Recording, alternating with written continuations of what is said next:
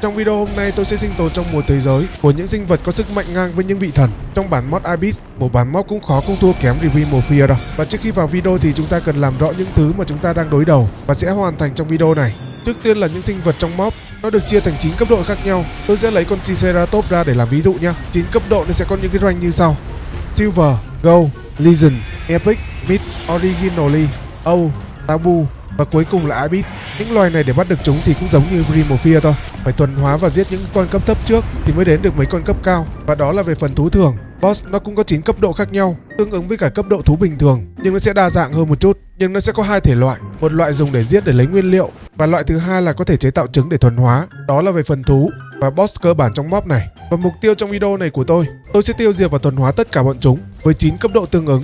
Trong cái bản mob này thì toàn là tiếng Trung thôi, còn nhiều thứ mà tôi chưa có mang ra cho các bạn xem được. Nên bây giờ các bạn hãy chuẩn bị một tô cơm thật là to và chúng ta cùng bắt đầu nào. Map này lần đầu tiên chơi, cũng lạ nước lạ cái. Tôi đang ở một bờ biển, không thấy con thú nào xung quanh khiến tôi khá là bất an.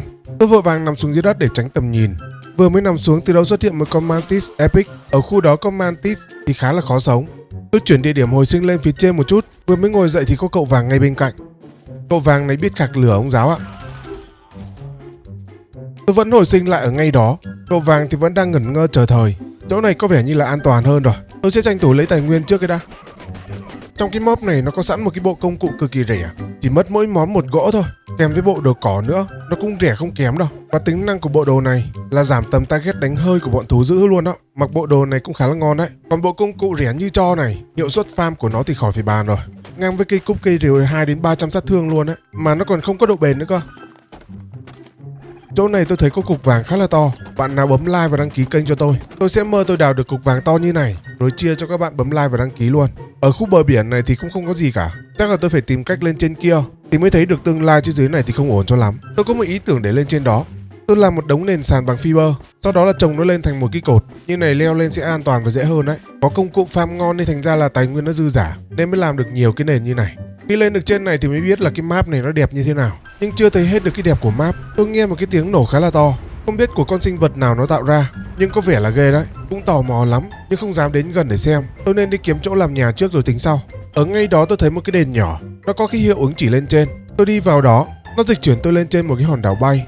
Trên này nó khá là an toàn, còn cách biệt hoàn toàn bên dưới, mà đặc biệt là không có con thú nào xuất hiện ở trên này cả. Nó khá là an toàn đấy. Tôi sẽ dựng nhà vào ở trên này luôn. Tài nguyên gỗ đá trên này thì không thiếu, còn metal thì map này nhiều lắm, đi vài bước thôi là mấy chục quặng liền. Sau khi lấy tài nguyên xong, tôi xây luôn một cái nền ngay cái lối đi của cái cổng dịch chuyển như này. Chắc là như này cũng đủ ở rồi, sau này có thiếu thì mở rộng ra sau. Và tôi hiện tại thì chưa có da thú để làm lò nung, chắc là sẽ phải cần khá là nhiều da đấy. Trước khi đi kiếm da làm lò nung, tôi có một cái mob này, thấy nó bảo là sẽ loại bỏ sương mù, không biết là có đúng hay không. Nếu đúng thì nó sẽ giảm lag đấy. Mod tôi để link dưới phần mô tả nhá. Bây giờ tôi sẽ làm một cái bộ cung tên để bắt đầu đi săn da luôn. Tôi xuống phía dưới nhà, nhìn thấy bên kia có cái xác khá là to, cũng thèm lắm nhưng mà không biết con nào nó đã gây ra. Ngay bên dưới có mấy con đầu mọc sừng, nó đi tới đâu là đất đá bể tới đó.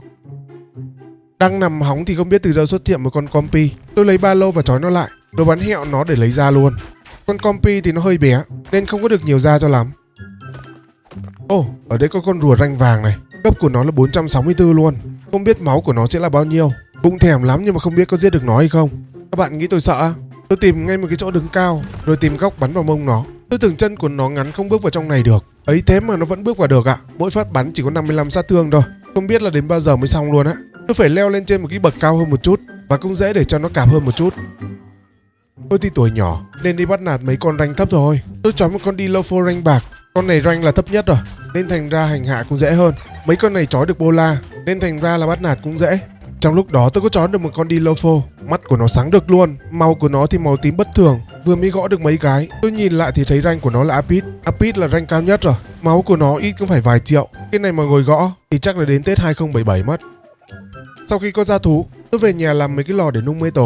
Bình thường thì tôi sẽ chia metal bằng tay rồi bỏ vào lò. Còn nay tôi mới mò ra được một cái cách sử dụng cái mob SS. Nó có một cái remove transfer tool. Khi cầm cái remote và bấm cái nút, nó sẽ hiện lên một cái bảng như này. Bây giờ tôi sẽ chỉ cho các bạn một cách vận chuyển nguyên liệu vào trong lò, cực kỳ nhanh mà không cần tốn sức. Cái này là dành cho bạn nào chưa biết nhá. Còn bạn nào biết rồi thì thôi ha. Ở cái khung đầu tiên là nguồn, nơi mà các bạn đang cất nguyên liệu tài nguyên. Ví dụ như ở đây, tôi đang cất metal bên trong mấy cái bàn chế tạo, hoặc là tủ hay là rương chứa đồ. Như ở đây tôi đang chọn là tất cả công trình, tức là tủ hay là rương hoặc là mấy cái bàn chế tạo. Khung ở giữa, đây là nơi bạn chọn nguyên liệu mà bạn muốn phân bổ. Có thể chọn nguyên liệu mà bạn đang muốn chuyển. Như tôi là đang chọn metal đây. Và ở cái khung cuối cùng, đây là địa điểm các bạn muốn chuyển tới. Ở đây đích điểm tôi chọn là cái lò. Trong nhà bạn có bao nhiêu lò, nó sẽ chuyển vào trong bấy nhiêu cái lò đó. Không cần biết là bao nhiêu cái lò luôn nhá. Sau khi đã chọn xong, bấm vào cái nút transfer. Nó sẽ tự chuyển nguyên liệu mà bạn yêu cầu vào đúng nơi mà bạn muốn. Sau khi bấm transfer là trong lò bây giờ đã có metal rồi. Bây giờ thì vận chuyển thêm gỗ nữa là xong. Giống như cái hướng dẫn vừa rồi. Ở trong này nó còn một điểm nữa. Nếu như bạn muốn vận chuyển số lượng cụ thể thì bạn sẽ phải ghi cái số lượng ở dưới góc này. Như tôi đang muốn vận chuyển 300 gỗ, ghi số 300 vào, rồi bấm transfer. Nó sẽ lấy đúng 300 gỗ và chia đều vào trong mấy cái lò. Kiến thức dành cho anh em nào chưa biết về cái mod SS thôi nhá. Còn ai biết rồi thì đừng cười tôi nhá. Tôi đang còn thiếu một ít da nữa. Tôi xuống dưới nhà để kiếm thêm một chút. Ở đây có con tech parasol, tiện thể săn nó lấy dầu và mạch điện luôn. Ở phía xa xa tôi thấy một con gì đó. Nó có chiêu khạc ra lửa, trông có vẻ là ghê nha. Không biết là giống loài gì và ranh gì, nhưng có vẻ con này cung kinh đấy. Chắc là tôi sẽ phải đi tìm crystal thôi. Không có ống nhòm để nhìn khó chịu ghê luôn á. Không biết được mấy con xung quanh nó là ranh gì luôn. Tôi quay về nhà làm bộ nỏ mốc bám vô hạn, nâng cấp cây nỏ lên một chút để dùng cho nó được lâu. Xung quanh tôi ở, không biết là có crystal không nữa. Ở phía bên kia tôi thấy một con sâu đá đi chung với một con king kaiju. Nó đang đập phá ở phía bờ bên kia. Chắc bọn nó là thủ phạm gây ra mấy cái xác ở trước đó đây. Ngay dưới chân tôi thì có mấy con gì đó, không có ống nhòm nên là không biết được bọn nó là gì luôn. Và ngay bên dưới cái vực đó tôi thấy có vẻ như là có một cái hang thì phải. Thường thì bên trong một cái hang như thế này thì kiểu gì cũng có crystal.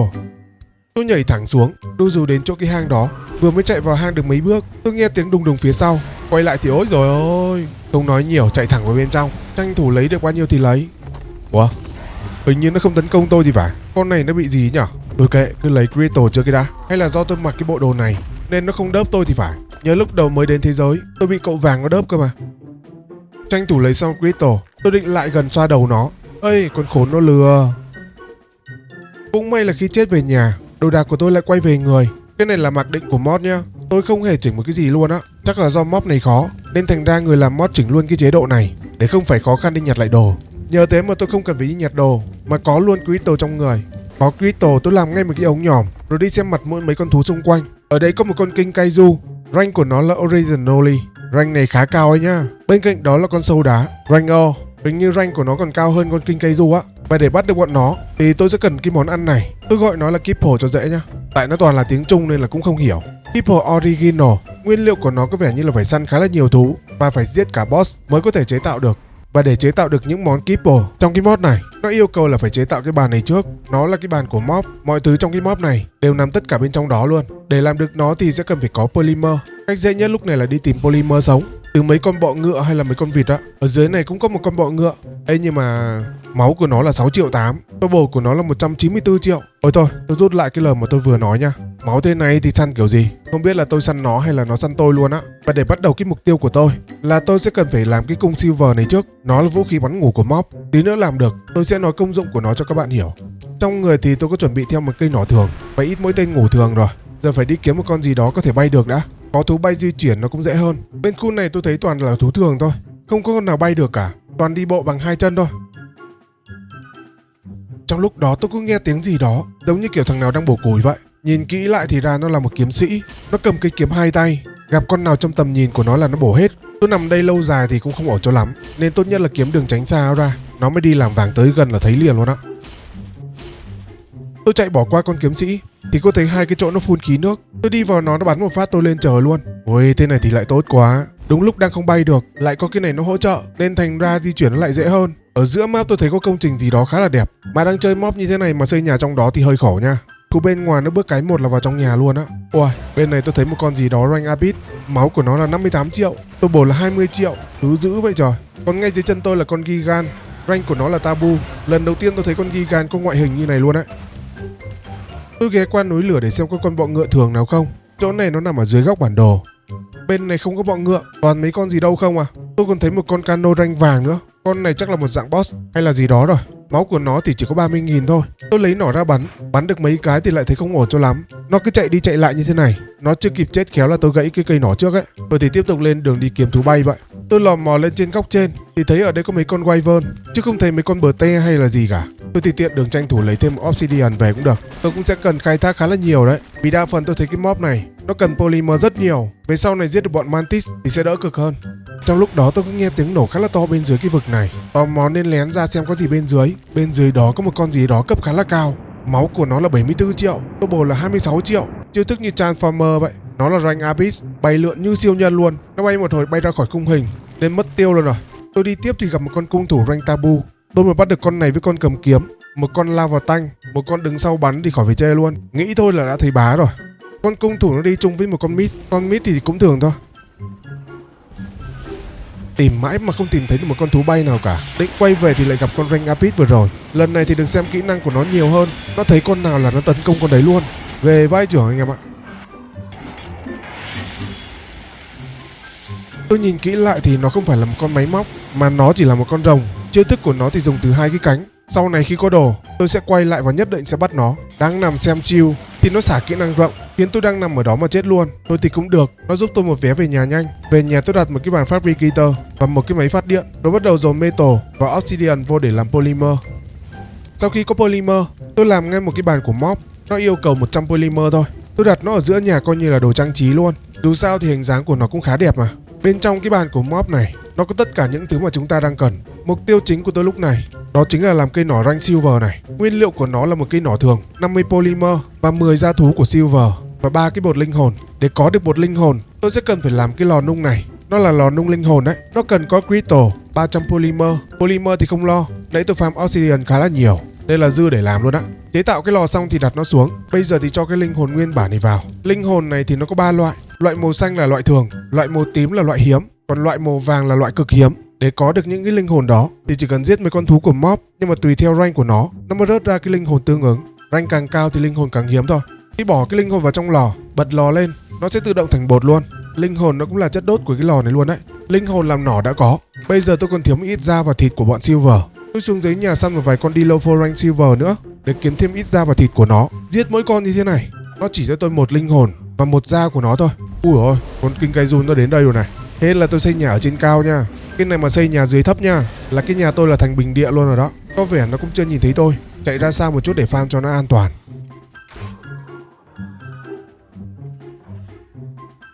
Sau khi farm một hồi thì cũng đã đủ nguyên liệu rồi.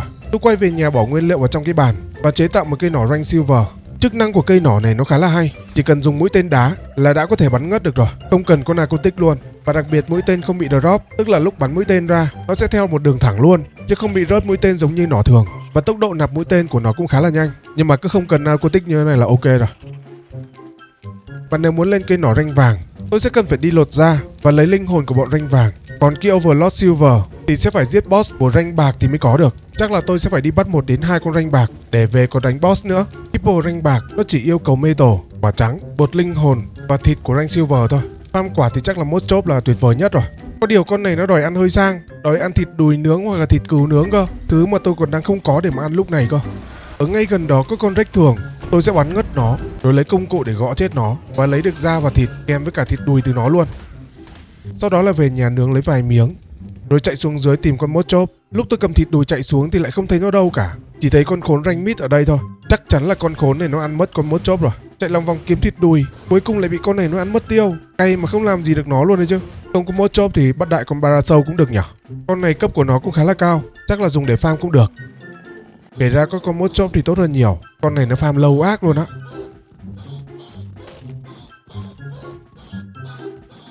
Đây rồi, cuối cùng thì cũng đã làm được cái triple rank silver rồi. Trước khi đi kiếm một con nào đó để bắt, tôi cần sắp xếp lại căn nhà một chút đã. Tôi cứ chế thêm một cái bàn Spectrum. Cái bàn này là chuyên dùng để chế tạo những con boss từ rank bạc cho đến siêu cấp. Mấy quả trứng là cái phiên bản thuần hóa, còn lại mấy cái hình không phải là trứng. Bọn nó dùng để triệu hồi ra để giết, cũng như kiếm nguyên liệu từ nó để chế ra mấy quả trứng đấy. Tôi sẽ đặt thêm một cái bàn dịch chuyển ở nhà nữa, để có gì đi đi về về cho nó tiện. Tôi chế thêm vài cái bình hồi đồ ăn nước uống và hồi máu để mang theo dự phòng. Mấy cái bình này là của mob FMK đó, tiện lắm luôn á. Ở đây tôi thấy con King Kaizun rank silver này, máu và turbo của nó cũng không được cao, chắc là sẽ bắt được thôi. Tôi lấy nỏ ra bắn, tưởng đâu nó bị kẹt rồi, ai ngờ nó chạy một mạch ra phía tôi. Khi nó đến gần một chút, tôi thấy nó hơi to, bắt đầu lại thấy hơi rén. Vừa mới quay đầu bỏ chạy thì nó khạc cho một cục đờm banh xác luôn. Lúc tôi quay xuống thì nó đã chạy ra bờ biển rồi. Với cây nỏ này thì có xa đến mấy thì bắn vẫn trúng. Tôi bắn được một lúc thì bắt đầu nó lồng lên tính bỏ chạy tiếp, nhưng mà quá muộn rồi. Tôi cho nó ăn triple silver và có thể cưỡi được luôn mà không cần yên. Trong người nó tôi thấy có cục ngọc trai, hình như là nó dùng để tiến hóa thì phải. Nếu như tôi không nhầm thì sẽ phải đánh boss rank bạc thì mới có nguyên liệu để tiến hóa. Chắc là con này tiến hóa từ rank bạc lên vàng thôi. Sát thương con này gây ra thì không cao cho lắm, nói chung là khá là yếu, chỉ bắt nạt được mấy con cùng rank hoặc là thấp hơn thôi. Thấp hơn là dạng thường đấy. Tôi thì tranh thủ đi farm thêm một ít ra, với ít thịt của mấy con rank thấp cũng được. Mà sao cái góc tôi ngồi trông nó kỳ quá nhỉ? Chắc là do hình dáng gốc của con này nó to quá, còn đây thì nó bị thu nhỏ lại, nên thành ra cái hitbox nó vẫn tính là cái dạng lớn, nên mới bị ngồi lơ lửng như thế này. Và chiêu thức của con này tôi thấy nó có 2 lần khạc đờm. Một lần khạc thì một lúc ra 3 cục, còn cái lần còn lại thì nó khạc ra từng đợt. Trông cũng bình thường thôi chứ không ghê lắm.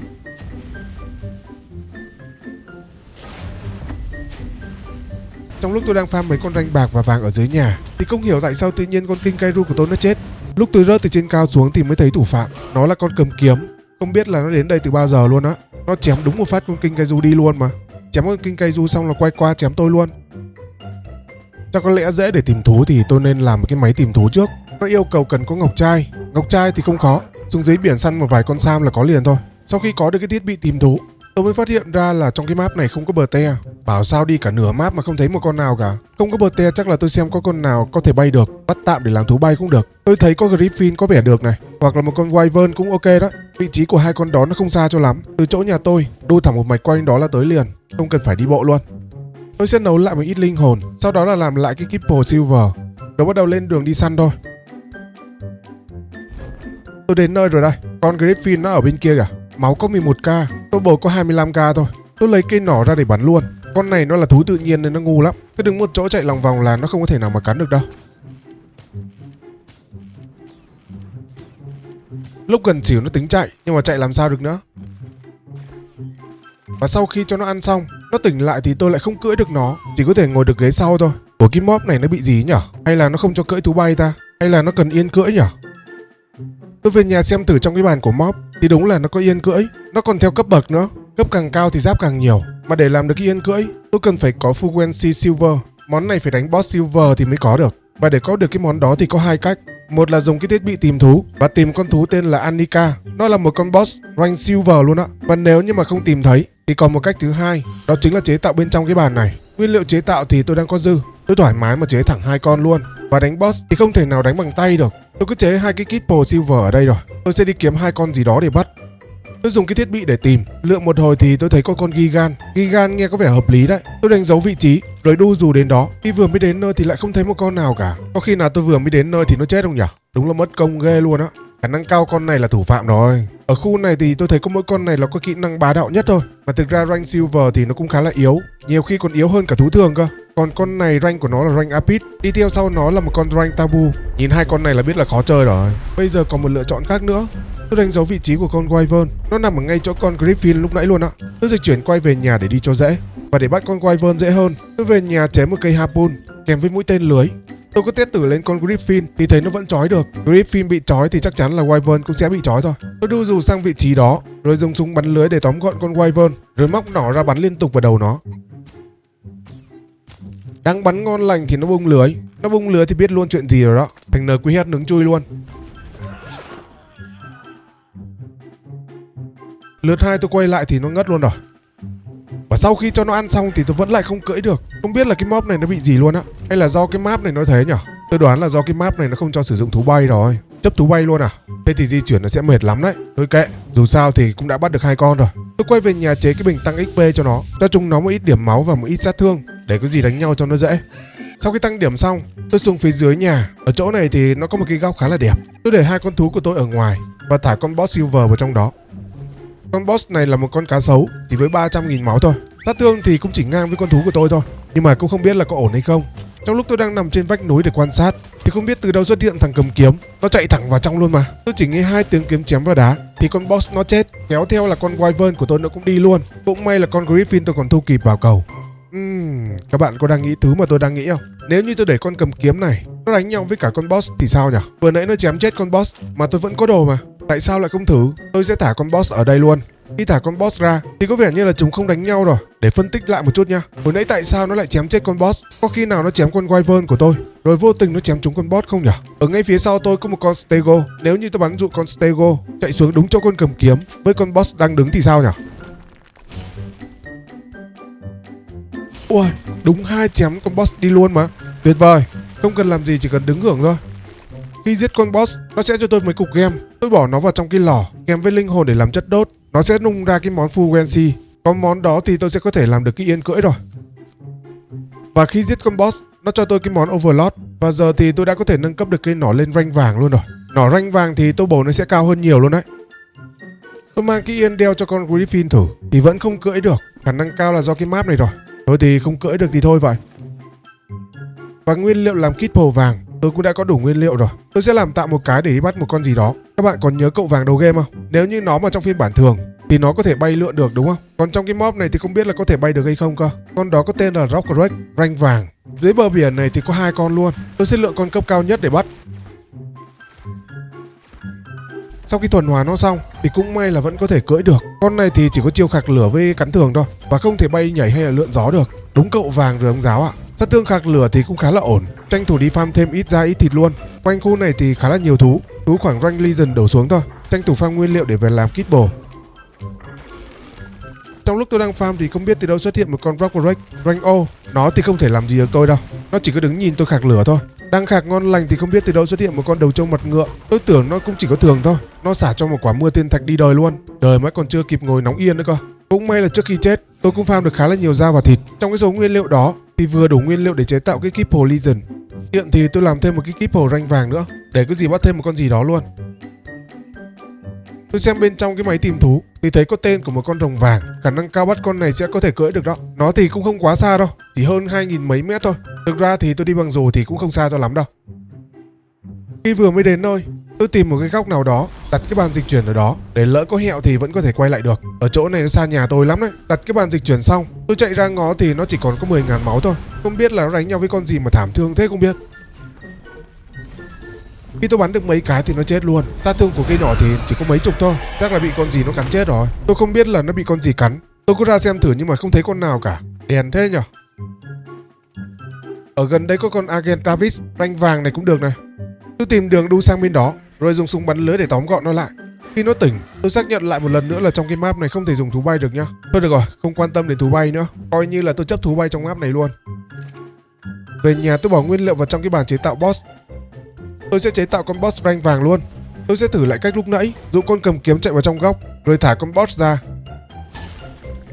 Chờ một lúc thì chỉ thấy một cái màn sương mờ ảo mà không nhìn thấy con boss đâu cả. Và bất ngờ tôi bị tấn công, chết mà không hiểu lý do gì luôn. Khi tôi đu từ trên nhà xuống thì mới thấy cái cục màu xanh lơ lửng ở trên. Chắc là do con boss nó tạo ra, nhưng có vẻ con này khá là khó nhằn, không thể nào dùng được cái cách kia rồi. Tôi đi tìm một con Rockruck rank Legion. Rank của con này thì nó cao hơn rank vàng. Hy vọng là sẽ có thể ăn được con boss kia. Con này nó bị lỗi hitbox nên không thể nào cắn được tôi. Thành ra bắt nó khá là dễ. Tôi nghĩ nó là tính năng của mob rồi. Sát thương của con rank Legion này nó khá là cao. Cắn thường tôi mà 3k sát thương rồi. Tôi về nhà cho nó cắn vài miếng XP rồi tăng cho nó một ít điểm để chuẩn bị farm con boss kia luôn. Ui, con này đánh được anh em ạ. Dù gì thì nó cũng cao hơn rank vàng mà. Chỉ có điều là phải chuẩn bị thêm máu vì con boss này nó cắn cũng khá là đau.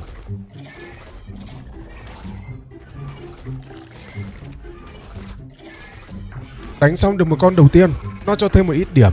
Tôi tăng nốt cái số điểm đó rồi gọi con thứ hai ra để đánh luôn. Biết năng lực của con này rồi nên thành ra bây giờ khá là tự tin. Tranh thủ con Legion này đang còn sống, tôi đi farm thêm da và thịt. Ở đây có con sâu đá rank O, lợi dụng nó không đánh chúng tôi giết nó luôn để lấy da và thịt. Sau đó là dọn bớt mấy bọn dưới nhà để cho bọn nó đỡ ồn ào. Chúng nó cứ đùng đùng ở dưới này suốt. Ở dưới này có một con rank mid với một con Allosaurus. Con này chắc là hệ của boss vì tôi không thấy thanh turbo của nó đâu. Đến con sâu đá thì bây giờ mới nếm được cái mùi sát thương của nó. Nó đánh khá là thốn đấy chứ. Dù sao thì nó cũng là rank O mà.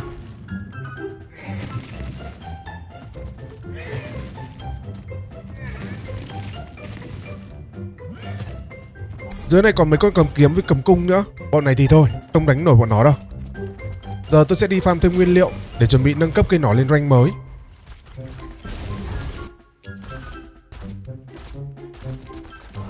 Sau khi đi farm nguyên liệu về, tôi cũng đã có đủ nguyên liệu để nâng cấp cây nỏ lên rank mới rồi. Nỏ rank huyền thoại luôn. Nỏ này chắc sẽ có thể bắt được bọn rank epic luôn á. Nhân tiện thì tôi chế tạo boss rank Legion để đánh luôn. Con Rockruck Legion của tôi chắc có thể đánh được đấy. Nhưng vừa mới xuống dưới cổng nhà, tôi thấy có một con rank tabu. Nó đang lảng vàng trước cổng nhà của tôi. Thấy nó có 5 triệu máu thôi, tưởng đâu con này nó sẽ yếu nên tôi lon ton chạy ra khạc lửa vào mồm nó. Và rồi nó thả cho quả mưa thiên thạch. Mỗi lần dính sát thương là 165.000. Ôi tuyệt vời, không kịp bơm máu cho thú của tôi luôn. Nó là con thú duy nhất của tôi còn sát thương để đánh boss luôn đấy. Hay quá, tôi về nhà gom hết cả nhà cả cửa. Có bao nhiêu tài nguyên tôi dồn hết vào để chế tạo một cái kit bồ rank epic luôn. Rồi dùng cái máy tìm thú để lựa một con. Lựa một hồi thì tôi quyết định là chọn con Juti. Nó vừa có thể gồng sát thương được và vừa có thể làm suy yếu được kẻ địch. Nghe có vẻ cũng khá là ổn đấy. Vị trí của nó nằm đâu đó ở bên khu tuyết á. Tôi sẽ đu dù sang bên đó để tìm nó. Đến nơi thì tôi tìm được một chỗ đứng cao. Ở trên này bắn khá là dễ.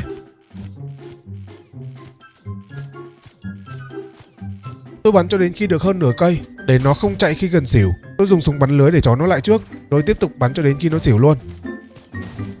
Sau khi bắt nó xong, ở gần đó có một con Burrus T-Rex. Không biết là giống loài gì, chắc là giống với một con Alpha Rex thôi. Con Juti này nó có hai kỹ năng, gồng đam với cả suy yếu. Hai chiêu đó thì chiêu nào cũng khạc ra lửa. Một chiêu thì lửa gần, còn chiêu còn lại thì khạc ra mấy cái cục lửa phát nổ. Đúng là epic có khác, khá là khỏe đấy chứ. Ăn xong con đó là lên hẳn 95 cấp luôn. Ở đây có một con Allosaurus hệ boss, nó là rank Origin Noli. Vì tôi thấy thịt của nó là danh đó. Tranh thủ vừa đi cày cấp vừa farm luôn. À quên, tiện thể thì tôi thả con boss rank Legion ra để đánh luôn. Có thú epic nên là cũng không ngại. Con rank huyền thoại này thì nó là hệ nước. Chiêu thức của nó bắn toàn ra mấy cái cầu nước thôi.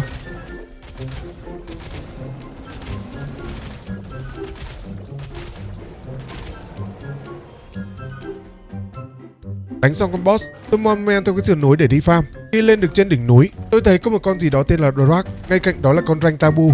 Con rank Tabu chiêu thức của nó khá là rộng. Tôi đứng tận ở dưới này mà vẫn bị dính. Mà dính mỗi lần là 300.000 sát thương. May hồi nãy là tăng nhiều máu cho nó, chứ không là chết mất con epic này rồi. Tôi chắc đi về cho nó an toàn. Về nhà thì việc đầu tiên tôi sửa con Tabu dưới nhà trước, tiêu diệt cái mầm móng gây họa. Đang đánh hăng thì quên mất là sẽ bị thiêu đốt trên yên. Cũng may là khi tôi quay xuống, con epic nó đã giết con Tabu rồi.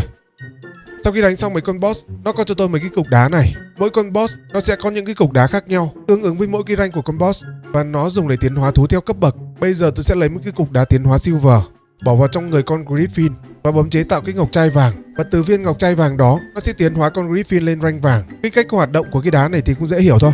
Đá tiến hóa rank bạc thì sẽ tiến hóa thành rank vàng, và đá tiến hóa rank vàng thì sẽ có thể tiến hóa được thú lên rank huyền thoại. Những con thú rank cao hơn thì nó cũng là tương tự. Bây giờ muốn tiến hóa con Juti lên rank mid, tôi sẽ cần phải đánh boss rank epic đã. Nguyên liệu thì tôi cũng đã có. Tôi chế tạo luôn 2 con, đánh để kiếm nguyên liệu luôn. Và tiện thể tôi nâng cây nỏ lên epic cho nó khỏe. Chuẩn bị xong tôi xuống dưới nhà, thả con boss rank epic ra để đánh luôn. Nó là một con stego khổng lồ. Chiêu thức của nó thì có vài chiêu thôi. Nó dùng đuôi để làm choáng và gọi mưa thạch nhũ và bắn thạch nhũ từ đuôi nó ra. Con này thì chỉ có vậy thôi. Máu của nó thì chỉ có khoảng 5 triệu thôi. Con epic của tôi thì được tăng điểm khá là đầy đủ, nên đánh khá là thoải mái. Nhờ thế mà làm gọi được 2 con boss rank epic một cách đơn giản.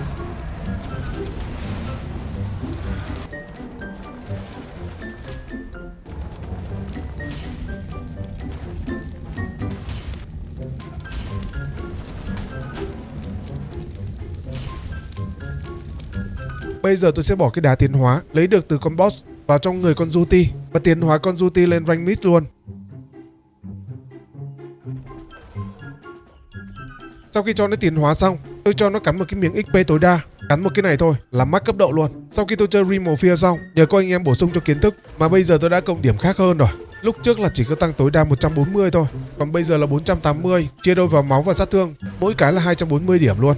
Cộng điểm xong máu của em nó là 42 triệu và sát thương là 14.000, chiêu thức từ màu tím chuyển sang màu đỏ luôn.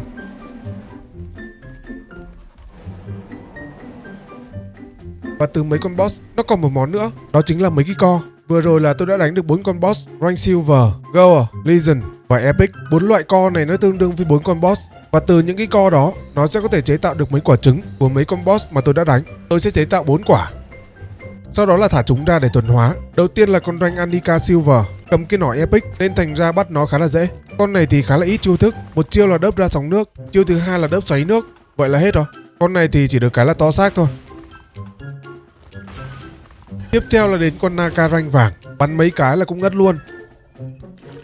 Sau đó là đến con boss rank epic. Con này nó khá là khỏe, tôi phải lợi dụng cái vực ngoài bờ biển. Lúc thả nó ra thì tôi nhảy xuống dưới. Ở dưới nước thì bọn này sẽ không target được, nên thành ra bắn ngủ bọn nó cũng dễ hơn. Dưới biển này thì cũng vừa xuất hiện một con Anika, boss của rank silver. Tôi sẽ bắt cái con rank epic trước, sau đó sẽ xử nó sau.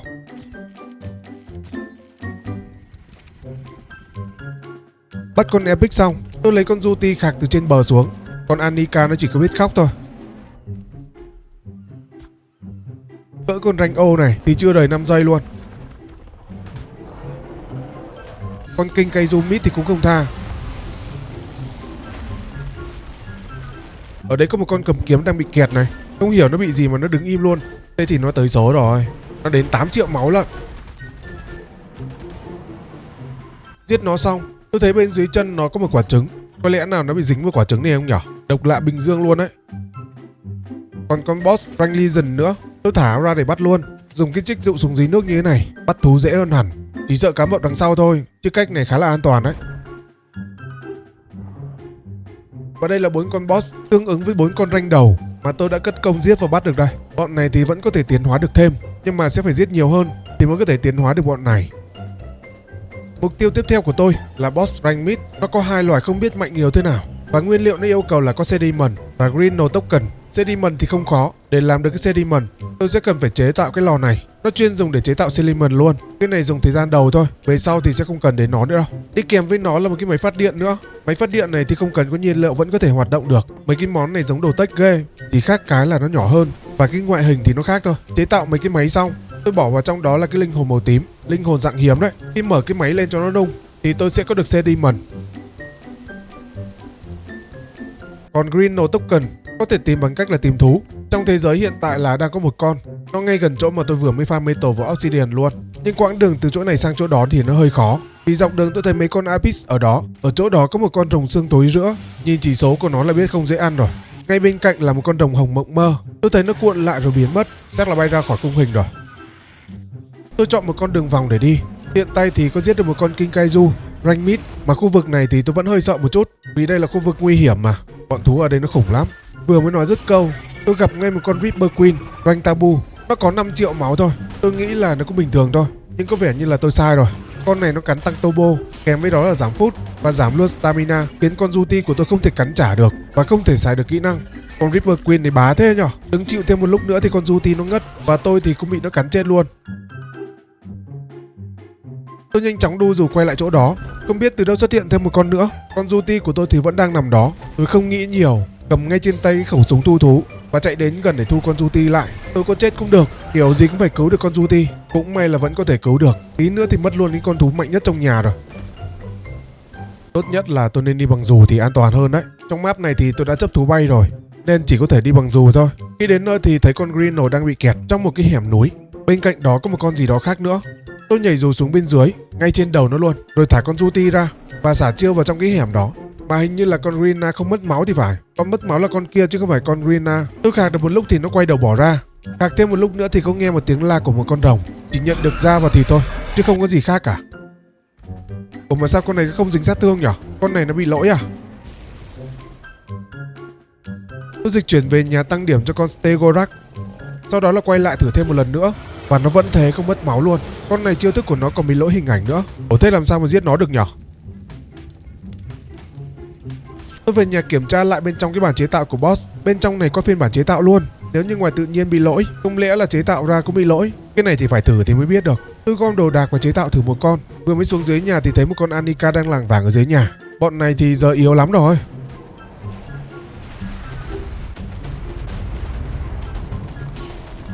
Tôi quay lại cái góc quen thuộc, thả con Rina mới chế tạo ra.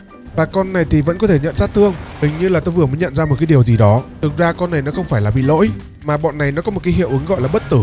Phải đợi một khoảng thời gian thì nó sẽ mất. Nhưng con này vừa mới triệu hồi ra thì nó chưa có hiệu ứng đó, nên thành ra mới gây được sát thương cho nó. Chứ không phải con này nó bị lỗi đâu. Con này thì chỉ có đúng một kỹ năng là gầm lên cho cây cỏ xung quanh mọc lên, và khi đứng trong cái lùm cỏ đó thì sẽ bị dính sát thương đốt thôi. Có điều là cái lùm cỏ nó bị lỗi hình ảnh trông khó chịu ghê. Tưởng nó khỏe chứ thật ra là cũng không khỏe lắm đâu. Được cái là máu nhiều thôi.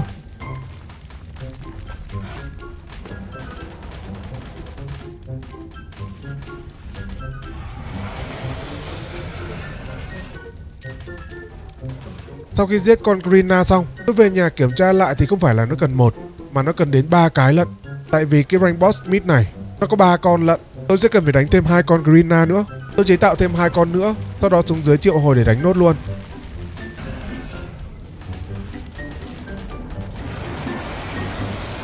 Sau khi đánh xong 3 con, bây giờ tôi cũng đã có đủ nguyên liệu để chế tạo 3 con boss rank mid rồi.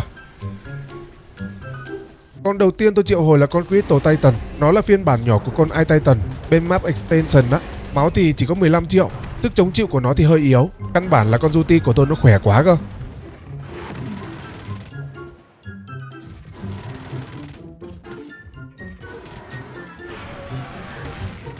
Tiếp theo là đến con rồng Crystal. Con này được cái là nhiều kỹ năng hơn. Mà vừa mới triệu hồi nó bị làm sao á. Rõ ràng là tôi đang đứng bên này. Ấy thế mà nó lại khạc lửa về phía bên kia. Chắc lâu ngày không được thả ra nên bị nhầm phương hướng rồi. Con này thì nó trâu hơn con trước một chút.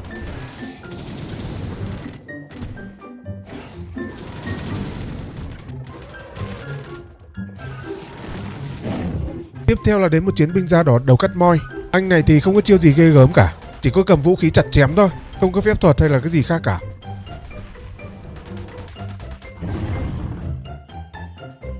Đánh xong 3 con tôi về nhà lấy mấy cái co và trái tim của mấy con boss bỏ vào trong cái bàn chế tạo và chế tạo ra 3 quả trứng của 3 con boss đó, kèm với một quả trứng của con Rina nữa là 4. Sau khi đã có 4 quả trứng của 4 con boss trong phiên bản thuần hóa, tôi làm thêm 4 kit bồi của rank mid để tí bắn ngất thì còn có cái để cho bọn nó ăn.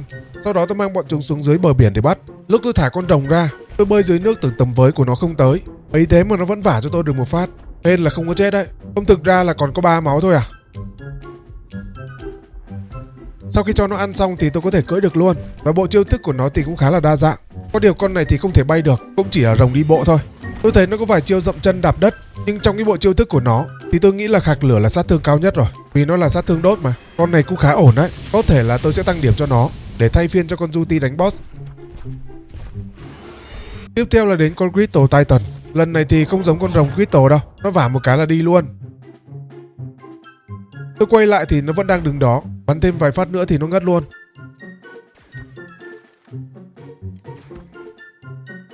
Con này cũng có vài kỹ năng thường thôi, nhưng lực vả của nó thì thốn đấy. Nó có chiêu cuộn tròn như bánh xe công lý nữa. Con này để làm tanh thì khá ổn này.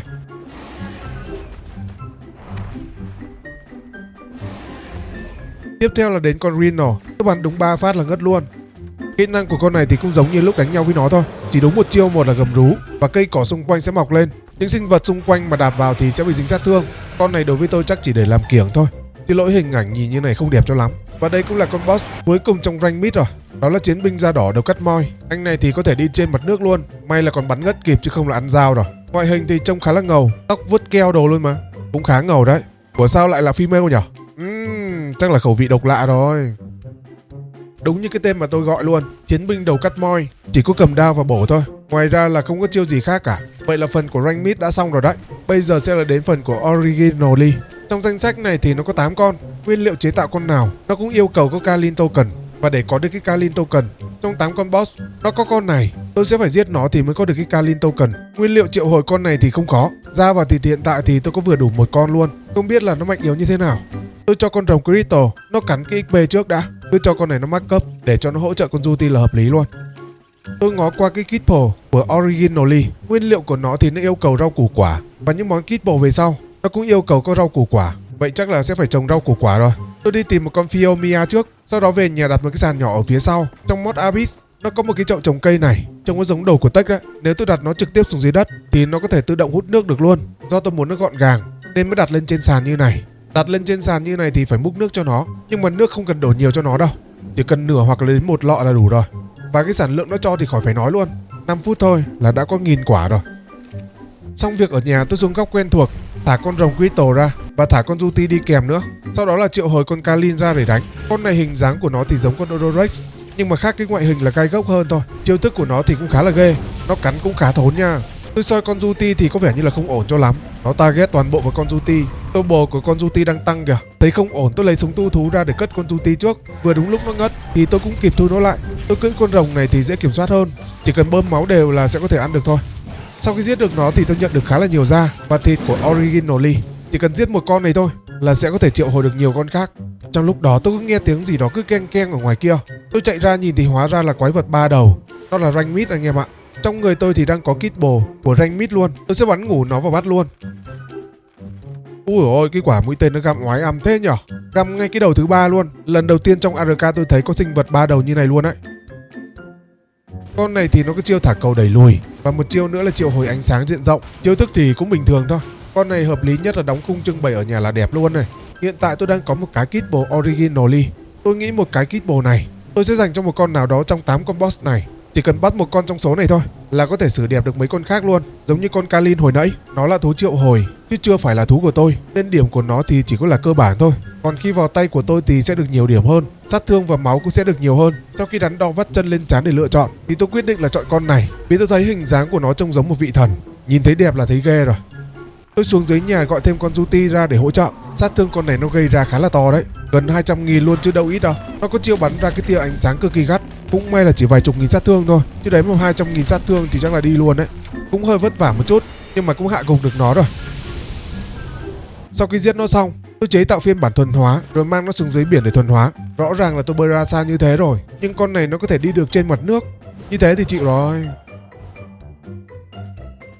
Lúc sau tôi quay lại cho nó ăn Kibble, và khi nó tỉnh nó yêu cầu có yên cưỡi thì mới có thể cưỡi được. Tôi quay về nhà tháo cái yên cưỡi của con Juti ra và đeo cho con Emily. Sau đó tôi chế một cái XP tối đa cấp độ rồi tăng hết điểm cho nó. Nhân tiện đang có tài nguyên, tôi nâng cấp luôn cái yên lên cái rank mid để cho nó trâu bò hơn một chút. Chuẩn bị xong tôi mang xuống dưới để test. Một nhát chém thường của nó là hơn 700.000 sát thương. Ngoài cầm kiếm để chém ra thì nó còn một cái chiêu thức tạo ra một cái khu vực giống như cái tơ nhện nữa. Những con sinh vật trong phạm vi đều bị dính sát thương hết. Sát thương cũng hơn 100.000 chứ ít đâu. Và đây là chiêu trưởng ánh sáng của nó. Tôi trưởng thì không thấy tốn gì cả, và nó thì có thể trưởng được liên tục luôn. Lúc ở nhà thì tôi có chế thêm 6 con Kalin rồi. Tiện đây vừa mới bắt xong con Originally với sát thương siêu khủng. Tôi sẽ triệu hồi con Kalin ra để đánh luôn. 50 triệu máu thì chỉ cần 2 trưởng là đã hẹo rồi. Ghê quá ghê luôn đấy. Đây là con thứ hai rồi. Đánh từng con thì lại thấy không đã cho lắm, nên tôi thả một lúc 2 con ra luôn. 2 con đứng chung một chỗ thì cũng chỉ cần trưởng 2 cái là đi cả đôi rồi.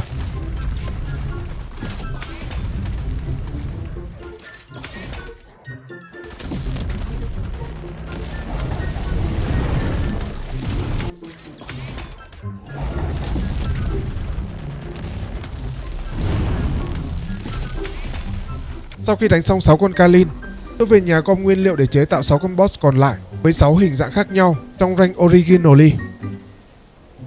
Tôi xuống dưới để thả từng con ra. Đầu tiên là một con Endo. Con này trông như con Bigfoot vậy. Máu của nó thì 80 triệu. Con này chỉ có một vài chiêu thức thôi, như là đấm ra địa chấn và một vài chiêu cào cấu, nhưng cũng chỉ 3 phát trưởng là chết rồi.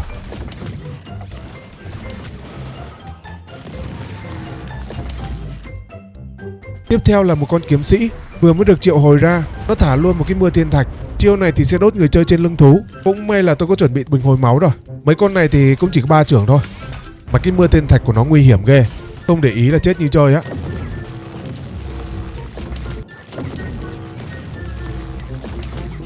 Tiếp theo là một con nữ quỷ. Không biết chiêu thức của nó là gì, nhưng mà con này có độc nha. Chiêu thức của nó là cắn tăng turbo nha. Nhưng được cái là cái bình hồi máu của FMK, khi sử dụng thì có thể giải được độc luôn.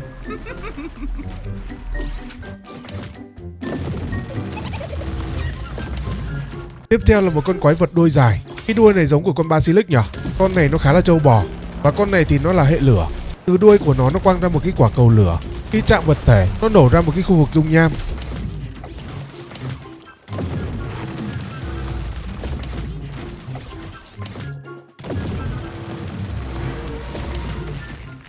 Thứ 5 là con người bò đầu cây anh đào. Con này nó khá là trâu, chắc là do đánh vào đầu của nó nên nó mới trâu đấy. Ui, nhìn cái góc trưởng này ngầu thế nhở. Mấy con này đánh dễ quá trời.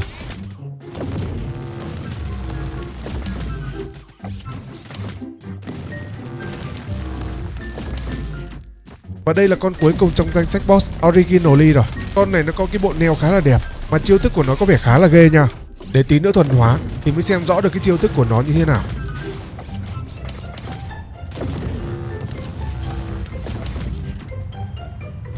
Và đó cũng là con cuối cùng rồi. Tôi về nhà chế 7 quả trứng. Đúng ra là 8, nhưng mà đã thuần hóa trước đó một con rồi. Kèm với đó là 7 cái Kibble Original để cho chúng nó ăn. Con đầu tiên là con nữ chúa quỷ. Con này có vài chiêu thức tấn công bằng con thú bên dưới, và chiêu mạnh nhất là tạo ra quả cầu thối rữa và khạc đờm thối rữa. Đó là lý do tại sao nó có độc đấy. Nhưng được cái là thân hình đẹp nha. Không biết thằng nào tạo ra mấy cái nhân vật này, toàn là quái vật 3 đầu không à. Tiếp theo là con người bò đầu cây anh đào. Cái tầm tấn công của con này nó khá là xa, nên thành ra là tôi không tránh được. Sau khi bắt nó xong, cái bộ chiêu thức của con này thì toàn bộ là từ cây anh đào trên đầu nó thôi, chứ nó không có gì khác cả.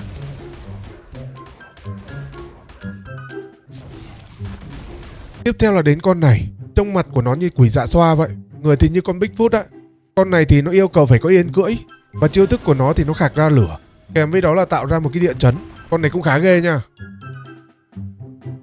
Đến con có đuôi giống con Basilisk, nó có chiêu khạc tia laser từ miệng của nó, nhưng mà toàn chĩa xuống dưới đất không à, trông hơi lỏ nha. Và có chiêu khác là bắn quả cầu lửa từ đuôi của nó, khi chạm vật thể thì nó tạo ra một cái vùng dung nham.